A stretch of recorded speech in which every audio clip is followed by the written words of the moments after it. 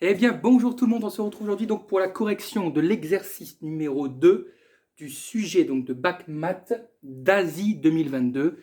Mais de toute façon, vous avez l'énoncé juste en dessous de la vidéo en description, hein, vous avez un lien, vous cliquez dessus et vous tombez immédiatement sur le sujet. Donc c'est l'exercice numéro 2, exercice sur les fonctions. Ok. N'hésitez pas bien sûr à mettre sur pause pour d'abord lire tranquillement l'énoncé par vous-même et ensuite regarder la correction, voire même le faire d'abord par vous-même et ensuite regarder la correction. C'est comme vous voulez. Alors, partie A. Donc, bon, comme bien souvent, c'est de la lecture graphique. Donc, on vous donne en fait le graphique de deux courbes qu'on appelle donc C1 et C2. Et on vous dit que l'une des courbes, c'est la courbe de la fonction f de x, et l'autre courbe, mais on ne sait pas laquelle, c'est la courbe de la fonction dérivée. Et on vous dit qu'elles sont toutes les deux définies sur l'intervalle 3 plus l'infini. On verra quand ces informations seront importantes. Tout ce que je vais faire, c'est que je vais reproduire plus ou moins le graphique pour pouvoir répondre aux questions. Alors, il y en a une qui est en bleu, c'est C1. Et elle passe donc par 3, ici. Hop. Donc, elle fait quelque chose comme ça. Hop. Bon, je ne suis pas le meilleur dessinateur, hein, mais faites pas attention. Et il y en a une en rouge, qui est comme ça. Voilà, et c'est C2. Bon, c'est à peu près ça. Hein. C'est au niveau du 3, là, j'arrive pas à... Voilà, c'est mieux. Bon, un petit peu plus arrondi, ça aurait été encore mieux. Allez. On vous demande, première question, d'associer à chaque courbe sa fonction. C'est-à-dire, en gros, est-ce que C1 représente f de x ou bien f' de x? Et du coup, par conséquent, est-ce que C2 représente f de x ou f' de x?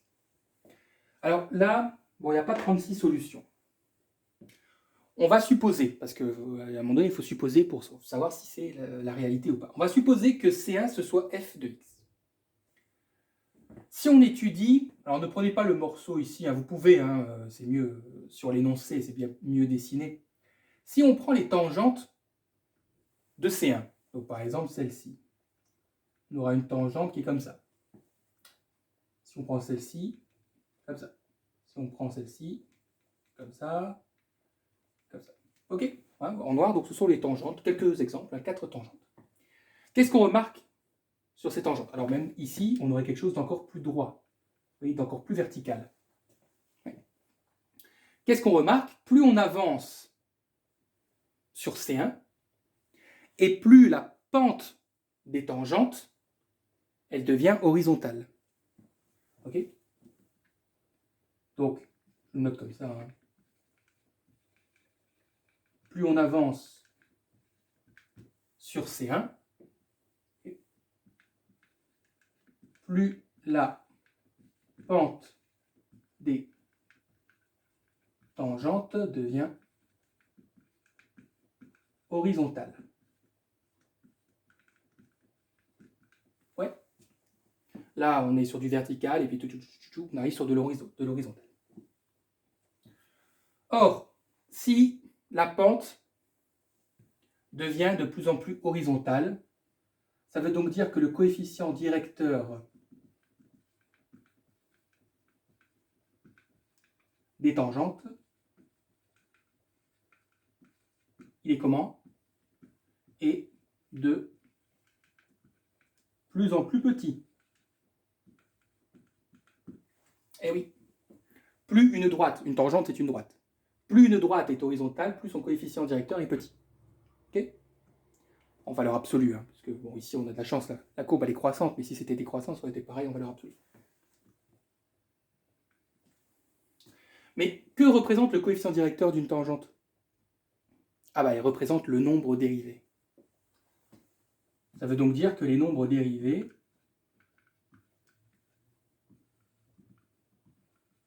le long de C1 sont de plus en plus proches de 0. C'est l'autre manière de le dire. De plus en plus faible, de plus en plus petit, c'est de plus en plus proche de 0. Donc les nombres dérivés sont de plus en plus proches de 0.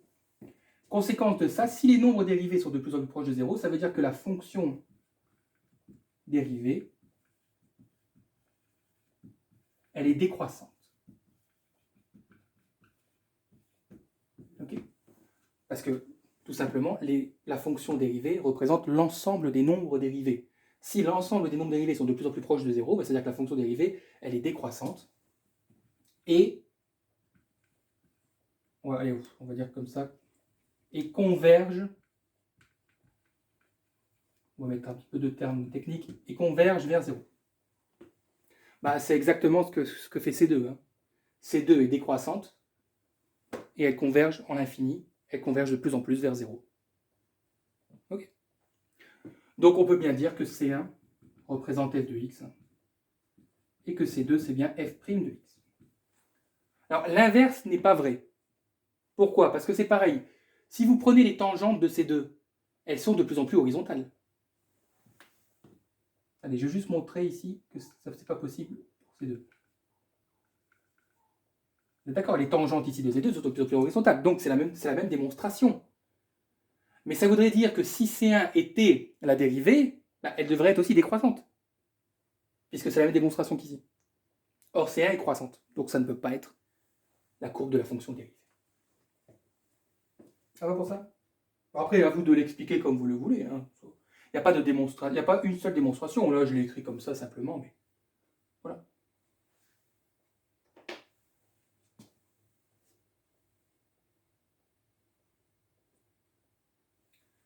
Ok, bon, mettez sur pause pour recopier tranquillement.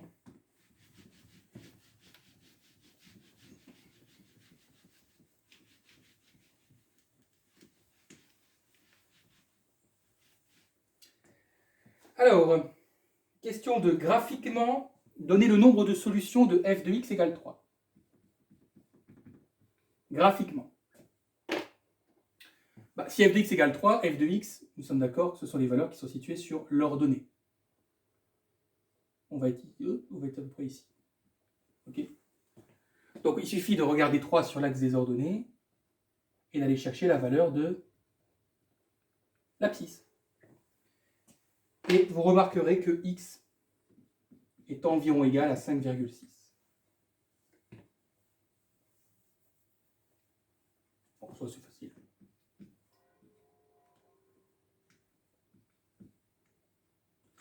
Et enfin, question 3 vous demande par lecture graphique de donner la convexité de la fonction f.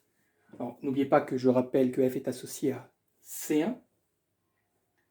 Alors, je vais vous donner un petit moyen mémotechnique pour ceux qui ne le connaîtraient pas. Donc, il y a deux possibilités.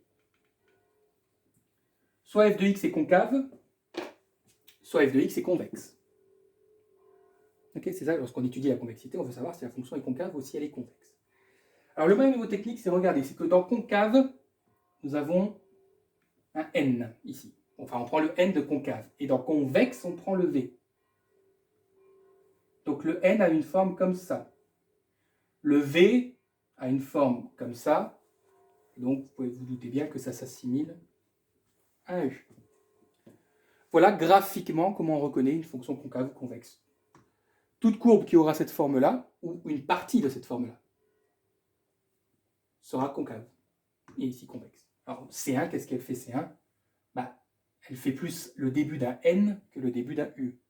Oui. Donc, on pourra dire... c'est par lecture graphique, on ne vous demande pas de justification. Hein. Donc, vous direz que la courbe, ou la fonction, peu importe, est concave. C'est mieux de dire qu'une fonction est concave et que sa courbe a une représentation. On va dire concave. Mais c'est pas grave. Bien. Oui, sur 3 plus l'infini. C'est logique.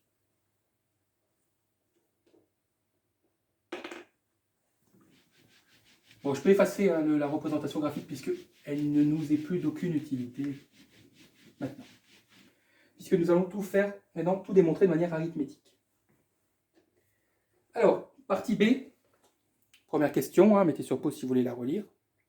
Il y a un petit décalage sur le tableau, mais c'est pas gênant. Je vais remonter un petit peu.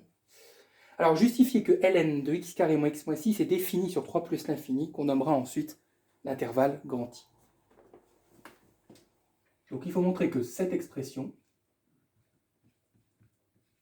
est bien définie sur 3 plus l'infini. Alors nous avons un logarithme népérien. À quoi devons-nous faire attention lorsqu'on a un logarithme népérien? Oui, il faut que l'expression à l'intérieur du logarithme népérien soit strictement positive. Autrement dit, il faut que x carré moins x moins 6 soit strictement positif.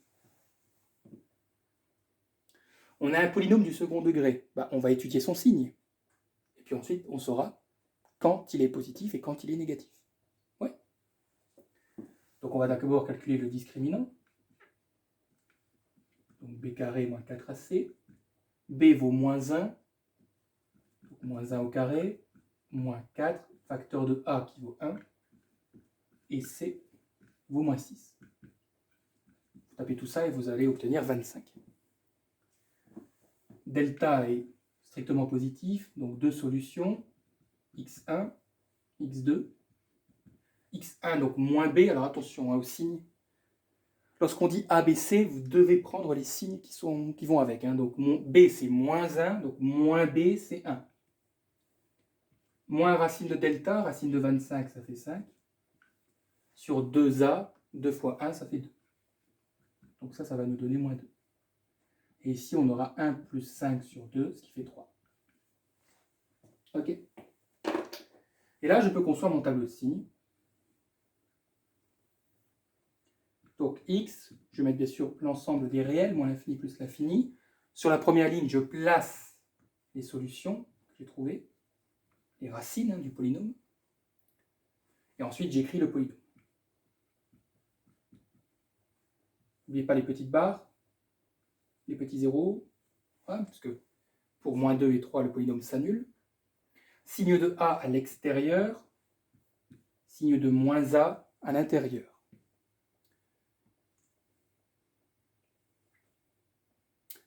Alors, est-ce que x carré moins x moins 6 est bien positif sur 3 plus l'infini? Oui. Okay. Donc, ln de x carré moins x moins 6 est bien aussi défini sur 3 plus l'infini.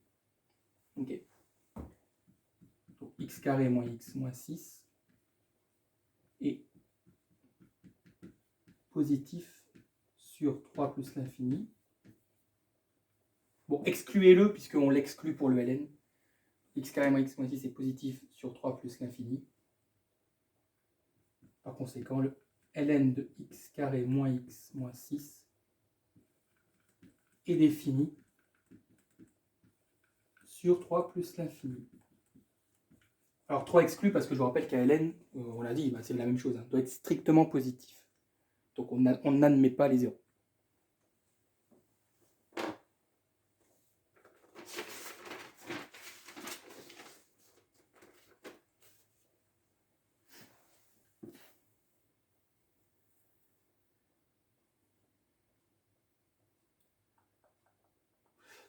Ceux qui diraient, c'est bon aussi, ceux qui diraient par exemple qu'il faut que x carré moins x moins 6 soit supérieur ou égal à 0 et que x carré moins x moins 6 soit différent de 0, bon oui, mais bon, du coup, on résume comme ça, vous voyez, c'est plus direct et c'est plus rapide.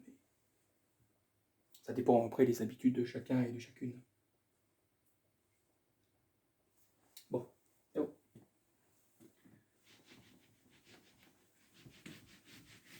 Donc nous pouvons travailler tranquillement sur 3 plus l'infini.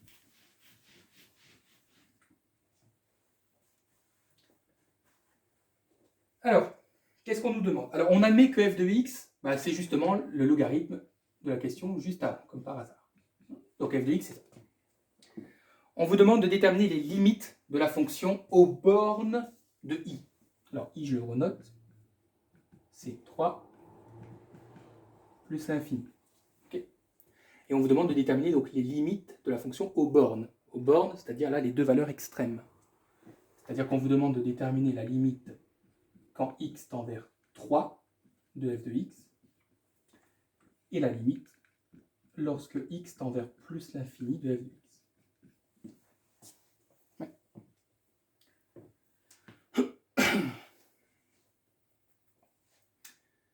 D'ailleurs, Regardez ici, petite précision.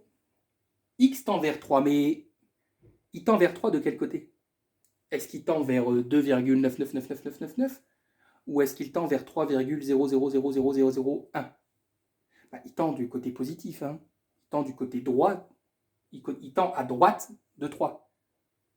Donc, on peut dire 3 plus. C'est-à-dire qu'on est un tout petit peu au-dessus de 3. Pourquoi? Parce que la fonction n'est pas définie en 3. Donc x ne tend pas totalement vers 3, il tend vers 3 plus. Vous allez voir que ça change tout.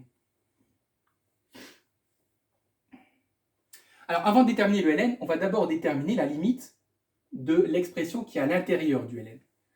C'est-à-dire que nous allons déterminer la limite lorsque x tend vers 3 plus de x carré moins x moins 6. Ouais. Bon, là, qu'est-ce qu'on fait? Il suffit de remplacer par 3. Bah, 3 plus ou 3, c'est pareil, c'est parce que là, les valeurs sont tellement proches qu'on est sur du, je dis 3, une infinité de 0 et vous avez au bout un tout petit 1. Donc 3 au carré, ça fait 9. 9 moins 3, 6. 6 moins 6, ça fait 0. Mais ça ne fait pas tout à fait 0. Ah oui. Parce que comme on est un tout petit peu au-dessus de 3, on sera un tout petit peu au-dessus de 0.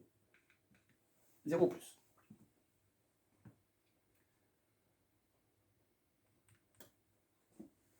Par conséquent, alors, ça ne notez pas sur votre copie, mais sur votre brouillon, c'est que ln, je mets des guillemets, hein, ln de 0 plus, c'est égal à quoi? Bah, ln de, je sais pas, tapez ln de 0,01, vous allez avoir un nombre qui est très négatif. Donc, ln de 0 plus, c'est égal à moins l'infini.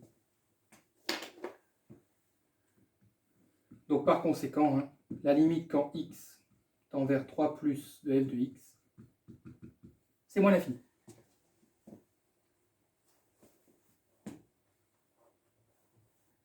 Okay.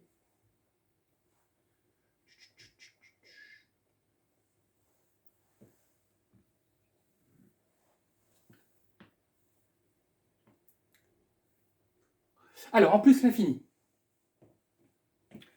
Bah, d'abord, on va s'intéresser, pareil, au polynôme. Donc on va déterminer la limite lorsque x tend vers plus l'infini de x carré moins x moins 6. Pareil, ce que je note en bleu, c'est pas sur votre copie. Hein. Sur votre brouillon, c'est juste pour qu'on ait une idée du problème qu'on va avoir. Pourquoi? Parce que plus l'infini au carré, ça fait plus l'infini. On aura plus l'infini, moins l'infini. On a ce qu'on appelle une forme indéterminée. C'est-à-dire que nous sommes bloqués pour le moment. Nous ne pouvons pas déterminer la limite.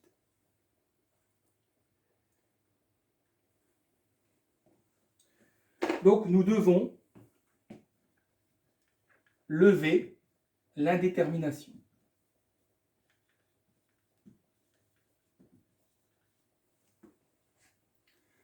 Alors retenez bien que et seulement lorsque x tend vers des infinis, c'est-à-dire plus ou moins. Donc lorsque x tend vers plus ou moins l'infini,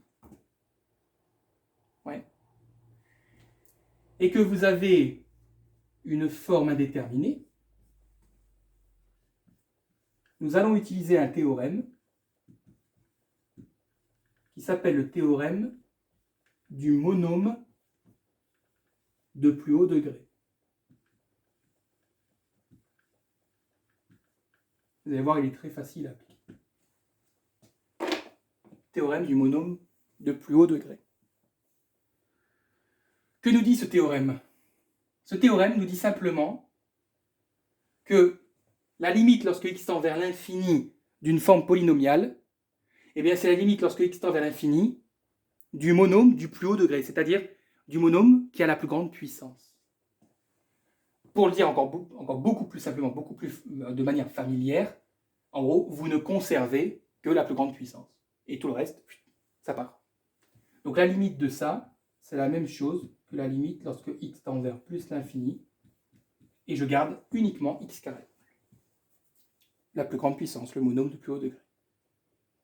Et plus l'infini au carré, ça fait bien plus l'infini. Alors ça, c'est pas... Attention, on n'a pas fini, hein, il reste une ligne.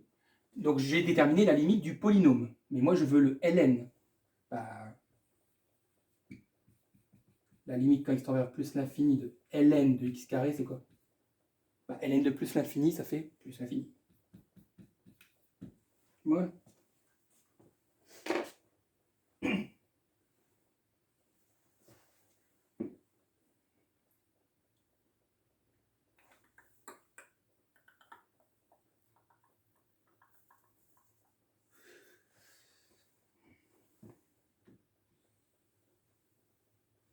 Bien, mettez sur pause. On vous demande de déterminer l'équation d'une asymptote. Alors, déjà, regardez bien. Lorsque x tend vers l'infini d'une fonction et que vous trouvez l'infini, il n'y a pas d'asymptote. Okay, ou alors, éventuellement, ce qu'on appelle une asymptote oblique. Mais bon, ici, ça nous concerne pas. Sinon, on vous aurait posé la question. Hein. On aurait été par étapes. Donc ça, on oublie. Ici, qu'est-ce qu'on a? On a la limite lorsque x tend vers un réel, petit a, d'une fonction, et nous avons trouvé l'infini. Alors là, c'est la définition, donc je mets plus ou moins. Voilà, ça c'est on va dire ça c'est la définition. Lorsque x tend vers un réel d'une fonction et que vous tombez sur plus ou moins l'infini, nous avons ce que nous appelons une asymptote verticale.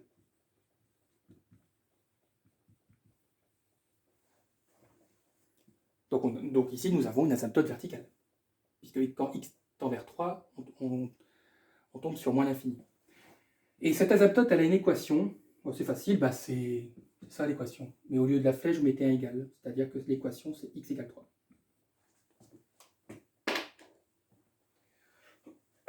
Ok, donc ne pensez pas trop à l'asymptote oblique. Ça aurait été possible, mais on aurait dû vous poser d'autres questions intermédiaires avant d'y arriver.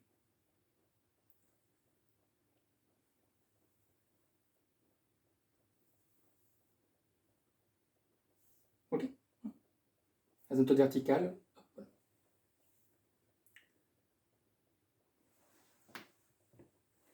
Bien. Bon, je vais laisser ça, je vais juste effacer là pour la suite.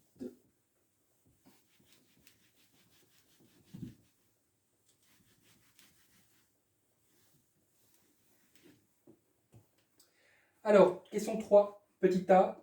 Bon, on vous demande de déterminer la dérivée f' de x.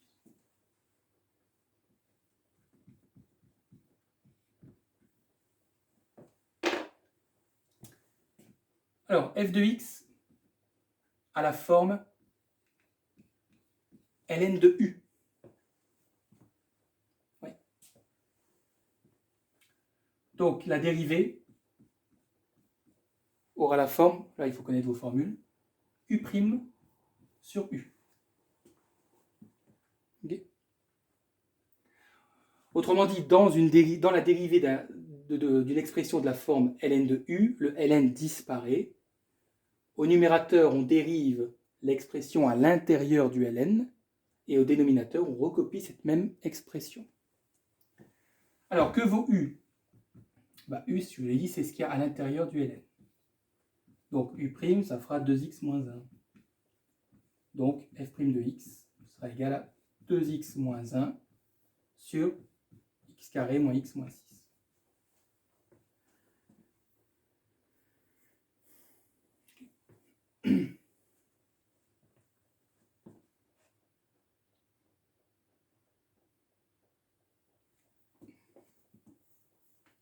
Ça va.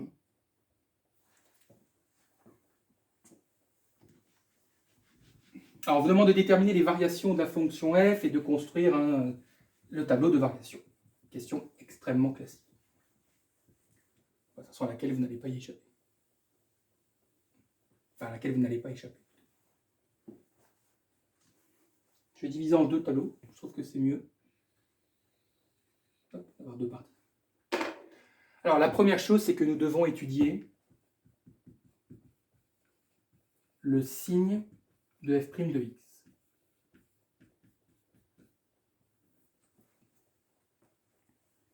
Première étape. Je rappelle que le signe de la dérivée permet de connaître les variations de la fonction.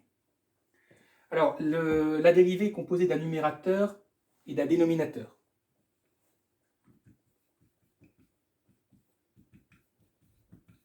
Nous allons donc devoir étudier le signe des deux, du numérateur et du dénominateur. Et pour ça, la première étape, c'est d'égaliser, c'est de résoudre les équations numérateur égale 0 et dénominateur égale 0. Donc, 2x moins 1 égale 0, permettez de dire que, tout de suite que x égale 1,5. Enfin, soit normalement en terminale. Voilà. Donc nous avons notre, on va dire, première racine.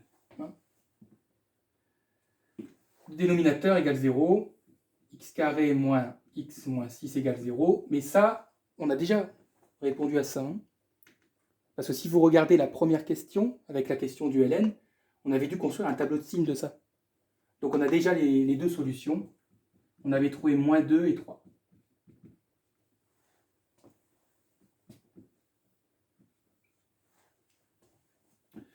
Donc là, on peut tout construire, le tableau de signes de la dérivée et le tableau de variation de la fonction. Attention, nous travaillons sur 3 plus l'infini. Pas moins l'infini plus l'infini. Première ligne, le numérateur. Seconde ligne, le dénominateur. Troisième ligne, le tout, c'est-à-dire la dérivée, f' de x. Dernière ligne, pardon, les variations de la fonction f.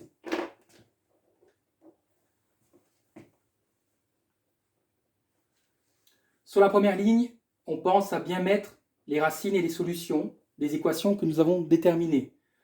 1,5, ça fait 0,5. 0,5 est exclu de mon intervalle. Je ne le mets pas. Moins 2 est encore plus exclu. Et 3, bah, il y est déjà. Donc je n'ai rien à mettre sur la première ligne. 2x moins 1, positif, négatif. Alors il y a ceux qui vont tout de suite dire bah, forcément c'est positif puisque c'est négatif avant 1,5.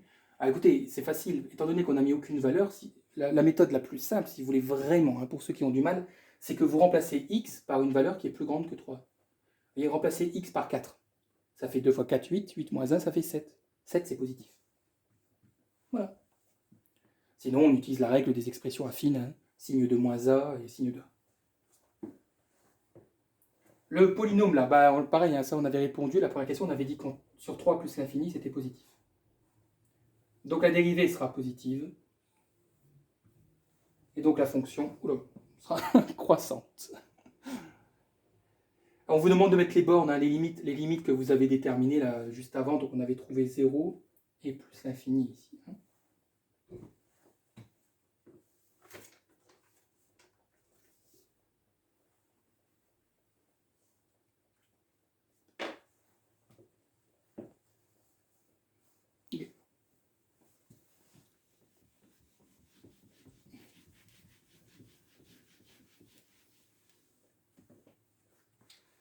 Alors, on vous demande de justifier que f de x égale 3.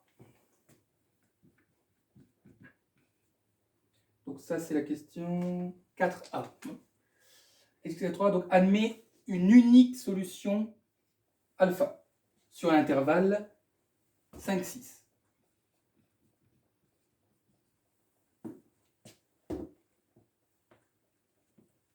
Okay. Bon, normalement, lorsque vous avez ce genre de formulation de questions, on pense tout de suite bien sûr, au théorème des valeurs intermédiaires. Et surtout à son corollaire.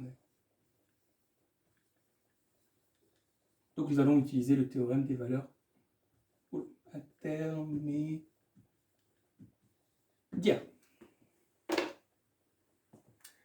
Alors nous avons besoin de 3 informations.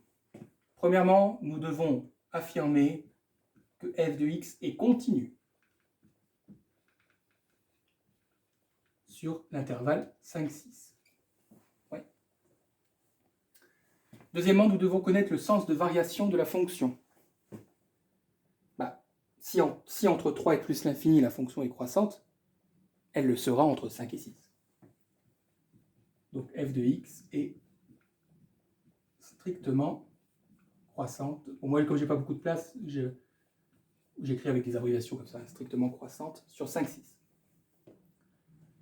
La deuxième chose, c'est que nous devons avoir un encadrement. On doit vérifier si entre 5 et 6, la fonction va passer par 3. Vous comprenez? C'est ça qu'on doit vérifier. Ben, allons-y. Calculons f de 5 et f de 6. Et puis on verra si on passe par 3. Alors f de 5, vous allez trouver, alors mettez des environs. F de 5, vous allez trouver environ 2,64 et f de 6, 3,18. Bon, on est d'accord que f de x passe par 3. Oui. Donc tout est réuni pour écrire, parce qu'en fait le théorème des valeurs intermédiaires, c'est pas une démonstration arithmétique. Il faut juste écrire, c'est une démonstration plutôt littérale.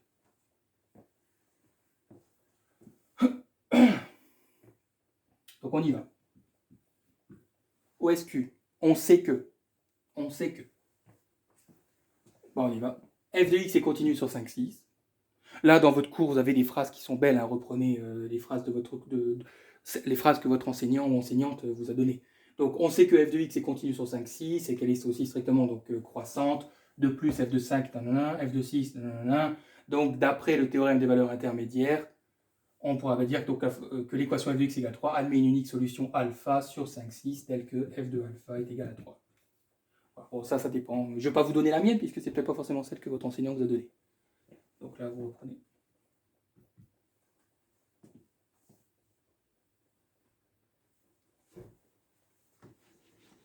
Je sais que je vais un peu vite, hein, c'est parce que tout simplement, comme vous pouvez mettre sur pause, pour moi, là, je me dis, voilà, vous mettez sur pause, vous recopiez, donc moi, je continue tout de suite. Vous voyez. Alors, on vous demande un encadrement de alpha à 10 moins 2. Et là, bien sûr, vous devez utiliser la calculatrice. Alors ça, c'est pas très difficile, il suffit d'utiliser le menu tableau, hein, votre calculatrice.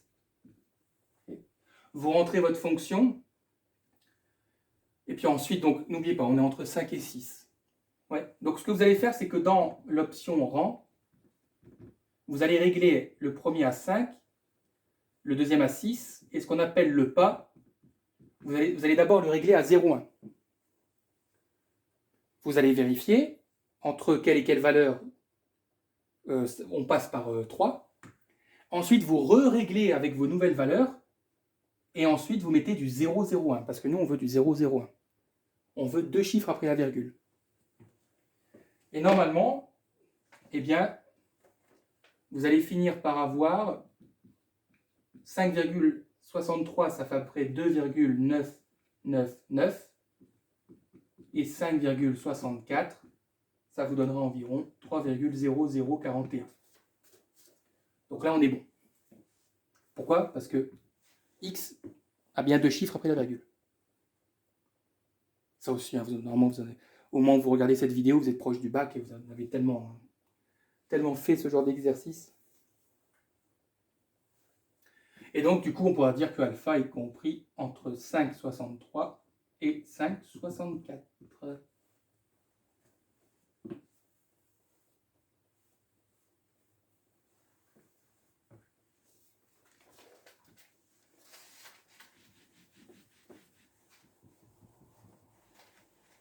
Là, je ne peux pas vous montrer la calculatrice à l'écran, hein, ça va pas le faire.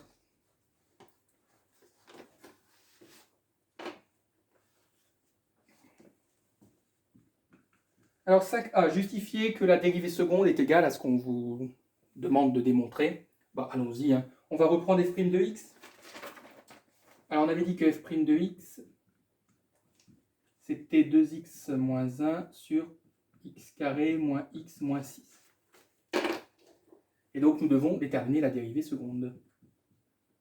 Ok. Alors on est d'accord pour dire que f' a la forme u sur v.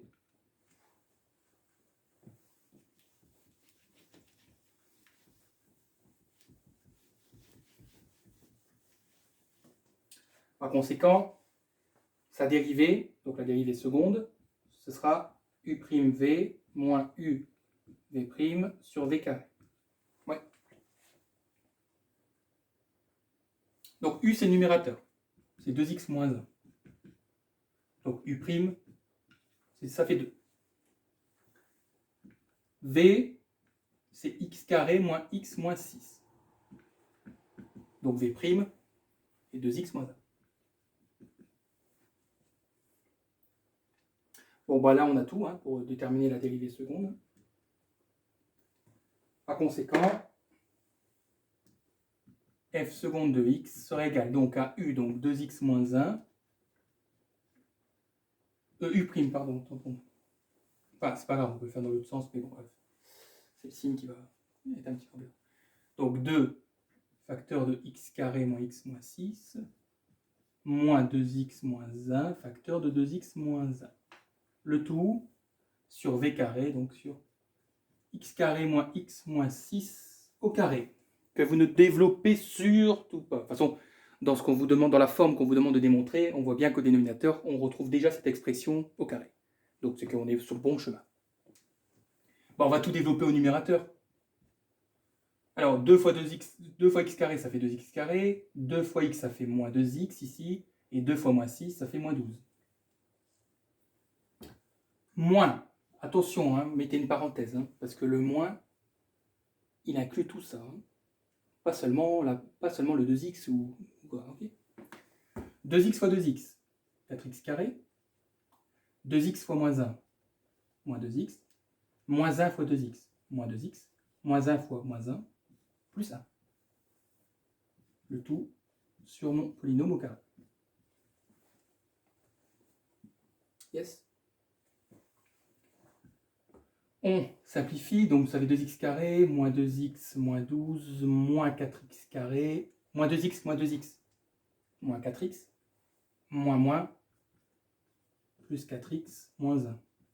Le tout sur x carré, moins x, moins 6 au carré. On ordonne, donc 2x carré moins 4x carré, ça fait moins 2x carré.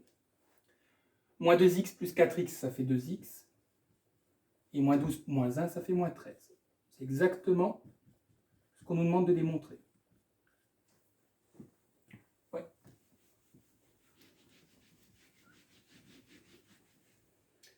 Et on vous demande d'étudier la convexité de f. Ok. Voilà, c'est du développement. Donc étudier la convexité, alors je rappelle, concave, ça veut dire que la dérivée seconde est négative. Convexe, d'ailleurs ça va dans les deux sens, ça implique que la dérivée seconde est positive. Donc, si on nous demande d'étudier la convexité, ça veut dire quoi? Ça veut dire qu'on doit se demander si f est concave ou convexe. Je vous rappelle que par lecture graphique, on avait déjà dit que f était concave. Donc nous devons étudier le signe de la dérivée seconde qu'on a déterminé juste avant. N'oubliez jamais hein, que les réponses des questions précédentes vous permettent toujours de répondre aux questions suivantes. Sinon, on ne vous les poserait pas, ces questions. C'est pareil, on a un numérateur, un dénominateur, hein, donc on va devoir étudier le signe du numérateur. Alors le signe du dénominateur, permettez-moi de dire que c'est forcément positif, c'est un carré. Donc c'est pas lui qui va déterminer le signe du quotient, hein, c'est seulement le numérateur. Donc, pour étudier le signe, ici on a un polynôme du second degré, donc on va d'abord chercher ses racines si elles existent. Donc delta, ça fait b carré, donc ça fait 2 au carré, moins 4 fois a fois moins 2 fois c fois moins 13. Vous n'avez même pas besoin, enfin tapez ça sur votre calculatrice, mais ça se voit immédiatement que votre delta sera négatif.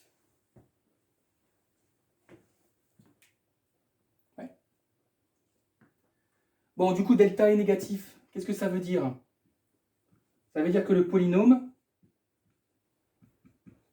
donc moins 2x carré plus 2x moins 13, quand delta est négatif, le polynôme est toujours du signe de a. Ouais. Or, a, c'est moins 2. Donc, a est négatif.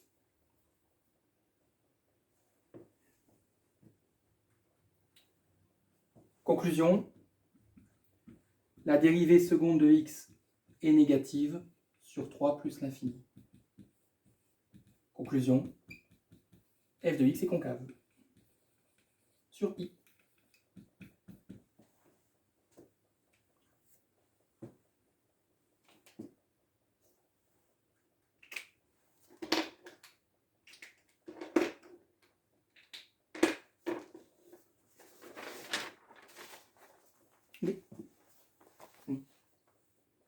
Bon, ça va, hein. C'était Asie 2022. C'est pas le plus difficile. Hein. Je sais pas ce que vous en pensez, mais ça va. Bon, très bien, n'hésitez pas à liker, à vous abonner à la chaîne pour la soutenir. Et puis on se dit à très bientôt pour de nouvelles vidéos.